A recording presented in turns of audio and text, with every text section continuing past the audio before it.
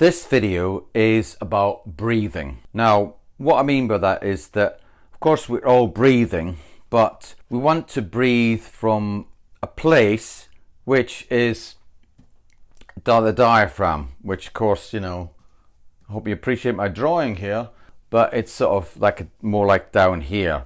The way we're going to do that is actually just, stick your hand there to remind yourself that there's another place we can breathe from to give us more power, more, volume. And also, for example, if you're speaking in front of a bunch of people, usually the first thing you get is you get tense. You're sort of like, oh, I've got to speak in front of all these people, and your whole body just kind of gets tense.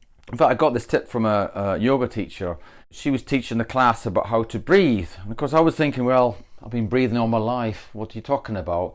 But actually, she started off by, getting us to sort of put our hands something like this outside and stretch our chest a little bit, which was kind of easy, I guess. But then it was like breathe through your nose, not through your mouth. So then it was like a deep kind of like. Okay, so that's me in, and now breathe out through my nose.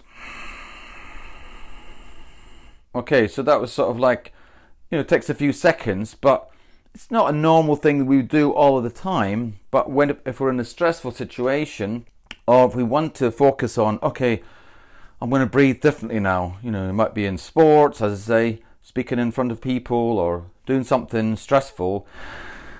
Take that deep breath before to help you focus on where you're breathing from. As I say, it's helpful to do this frequently because a lot of people speak talking, just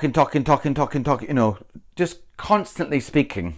And of course we can do that, but it's so many thoughts and ideas for somebody else to really listen to. The better way is to think about, like if you're eating food, for example, you wouldn't eat your dinner like this, eating, that's ridiculous, isn't it? Plus you'd probably choke.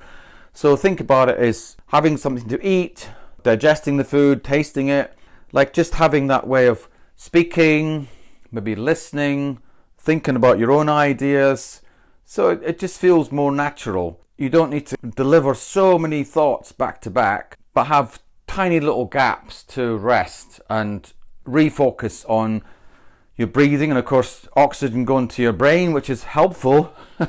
Help you relax, help you, as I say, stay more confident and more calm. And don't feel you need to, when somebody asks you a question to answer immediately, but maybe take some time to breathe and think about your answer.